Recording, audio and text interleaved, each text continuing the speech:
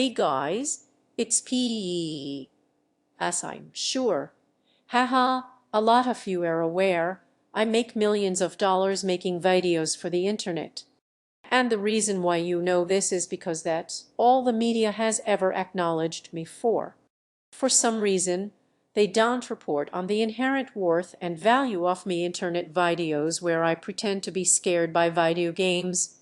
In 2013, someone wrote an article about what it might mean that I'm the most popular thing on YouTube, and because I'm a healthy person, based on that one article, I concluded that the entire media hates me and also just the concept of internet personalities. I am just one guy. There's no producer. There's no writer. Please ignore the script it wrote for this video that you can fucking see in the reflection the entire goddamn time, and that I'm clearly reading from. The media never comes to me for me side of the story, except all the times they do and I turn them down. To side of the turn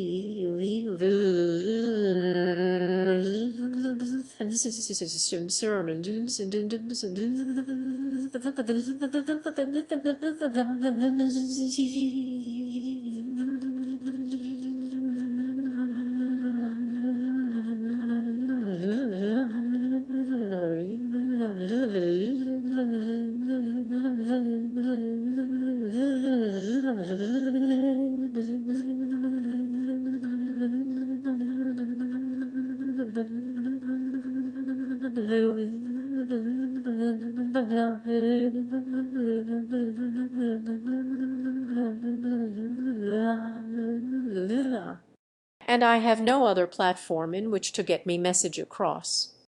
I want to address the biggest issue first, which would be the go is holding up the sign thing. I am saying it like that because it's much easier to take me side when you forget that the sign said death to all Jews. I'm going to try not to mention that's what the sign said. I am just going to call it the sign thing from now on. A lot of people really liked the video, and some people didn't. You know, some people just think it's really funny when you write death to all Jews on a sign. It makes a really good point about how you shouldn't say it, but I said it. It's funny. But a lot of people think anti-Semitism is wrong, and it's bad to normalize hate speech by turning it into a spectacle for fun and attention. Oh, but, you know, maybe both sides have a bit of a point here, you know. I am very sorry for the words that are used. Sorry for the words that you use. Sorry. I'm going to use the phrase, the words that are used, because once again, I'm reticent to remind people that the words were death to all Jews. I admit that the joke went too far.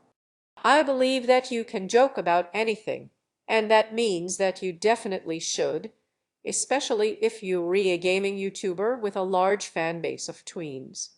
It turns out there's a right way and a wrong way to pay someone to call for the extermination of the entire Jewish people. I found out one of the wrong ways this time. Maybe I'll get it right next time. I admit that me joke was very easy to misinterpret, and how dare the media misinterpret. They trying to make me look bad by. The list is huge. They reported the things I said and did, We can all agree that the people in this situation who fucked up are the journalists who watched the things that I made and reported on the things that happened in them. I hereby call upon me fans to boycott the Wall Street Journal. Please, my core demographic, consider purchasing a different economics broadsheet in the future. We need to stop the Wall Street Journal and all other forms of pitiful, hateful, bile-spewing clickbait. Clickbait is awful. Purposefully using a catchy, attention-getting headline so people read your work. Wouldn't it be awful to live in a world that normalized people doing obnoxious, over-the-top things for attention so they could make money? Wouldn't that be fucking terrible? Wouldn't it? Wouldn't it? Wouldn't it? Just one tiny multiple slip-ups. And then all the media had to do was report on it, almost as if that's their job. Now, you could say that a world where you can pay poor people to do almost anything because they are desperate and need the money has far deeper problems than the risks that will happen to a rich person if he actually pays people to do it. And you could say that maybe we should take deadly seriously the actual fascists and Nazis emerging from the woodwork to defend me and the concept of ironic racism. But you forgetting that none of that affected me, apart from the fact that I fighting the realization that a literal child can do what I do. I was doing just fine. I am fucking rich, but not as rich as I could have been. And that's the real problem, isn't it? I'd learned to smile and wink o' the brothest, and I'd apologized for all the rape jokes. I was ready to be the face of the internet, and then that clickbait, 39x Pulitzer Prize winning journalist outlet smeared me by reporting the things I said. Luckily, the real faces of free thinking, rational media had my back.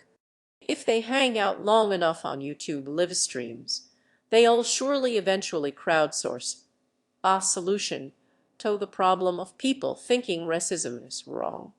This incredibly intense overreaction to journalists reporting on things popular people say can't possibly backfire and make us look like tiny babies. And what am I supposed to do about this slander? How am I supposed to defend the image? All I have is more money than most people will ever fucking see, 53 million subscribers, and journalists asking me to give me side constantly, which I refuse to do. I'm almost as downtrodden as those poor Indian people who were so desperate they were willing to write racial indecencies on a sign for $5. But I know what the real oppression is here. J.K. Rowling even called me a fascist. Well, she didn't. She made a pithy comment about the proliferation of ironic fascism for the sake of edginess, but I don't need to read and pass the words properly. Who am I? The Wall Street Journal? Personally, I think that's right. They all off the bad people are the ones normalizing hatred, because I'm sure everyone hates me, and I'm not paranoid. Instead of accusing on me show getting cancelled, why don't we focus on some real issues?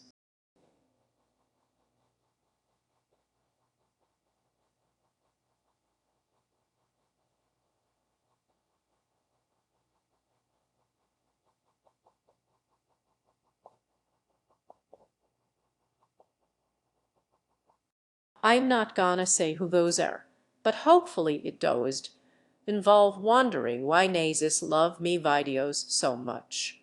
I'm still here, Wall Street Journal. You tried to destroy me, but you failed, which is what you were trying to do, apparently.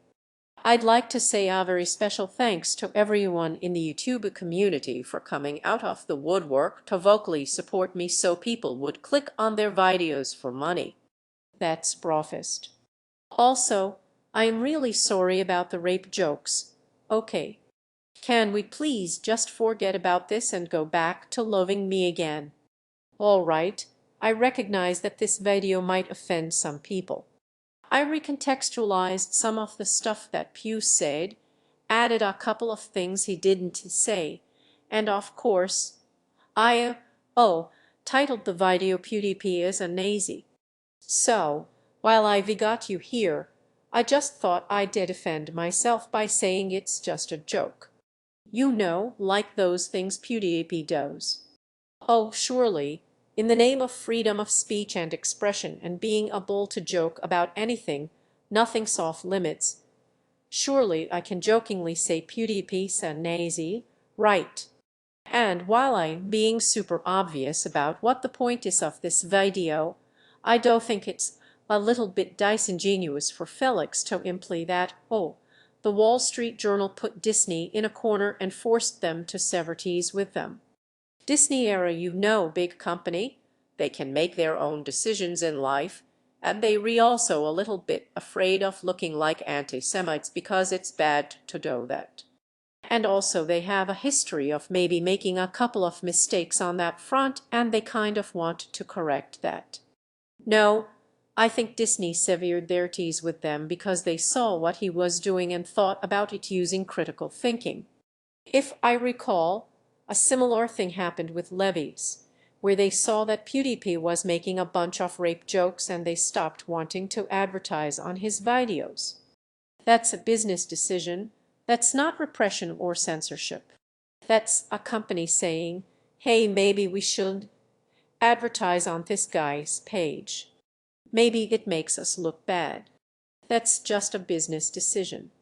Disney have something of a reputation to protect. They make films that are usually for almost all ages. I am pretty sure at no point in a Star Wars film does a character pay some view to hold up a sign saying death to all Wookiees, or at least if they do, they turn out to be the bad guy or in the midst of a massive nervous breakdown, in which case I am really sorry, Felix. It's pretty clear from how the discussion is unfolding on YouTube that the real problem isn't some impending corporate monopoly. Sorry, there's a train. The actual monopoly is inherent in how the discussion is being had. For example, look at the treatment GjNILjFters, another gaming YouTuber, is getting for daring to say that he thinks maybe Felix got some things wrong. Jack is a fan of Felix. The two have known each other for a very long time. He very clearly looks up to him, and he makes some fairly light criticism, but the internet is calling him a backstabber. Like, the most subscribed person on YouTube can't even be mildly criticized by someone who admits they look up to him, without them being accused of backstabbing him and a massive shouting match emerging between their respective fan bases. And from what I can gather, that's the real problem here. Comedy on YouTube, as well as most forms of discussion, can't really develop beyond a fairly juvenile stage because it's impossible to provide a nuanced critic without being regarded as a threat. Suppose that attempts to defend freedom of speech have ended up being defenses of the most popular person's speech from other people's speech because they were using it to criticize them, in place of fighting for some actual freedom or some genuine discussion. People are basically arguing for a pseudo-populism in which the most subscribed person has to be right because he has the most. In the words of Keemstar, and I actually wrote this down when I saw it because it was ridiculous, if we decided as a community that PewDiePie was wrong, then he would have 1 million dislikes, not 1 million likes. He then goes on to say, we have already decided that PewDiePie has done nothing wrong, that he is innocent. Already decided he's innocent. Because of likes. I certainly hope it goes without saying at this point that the idea that a person can't be wrong because a lot of people clicked a like button on their favorite gaming YouTuber is a really bad idea for speech and discussion. Freedom of speech is a very important thing, and it should be defended from people who seek to limit it. For example, actual literal fascists. But who in this equation needs defending the most? The guy with the most subscribers and the farthest reach on the fucking platform? Or the smaller people who actually dare to criticize him and are being treated like dog shit for it? Somehow I think this video with a bunch of dumb jokes in it and a couple of bits of like criticism where GjNILjFters says he thinks Felix got some things wrong are somehow more revolting than a video of someone paying people to hold up a sign saying death to all Jews. Doesn't he something seem wrong about that? Just in case it wasn't obvious, no, I don't think Felix is actually a Nazi, which admittedly is a pretty low bar.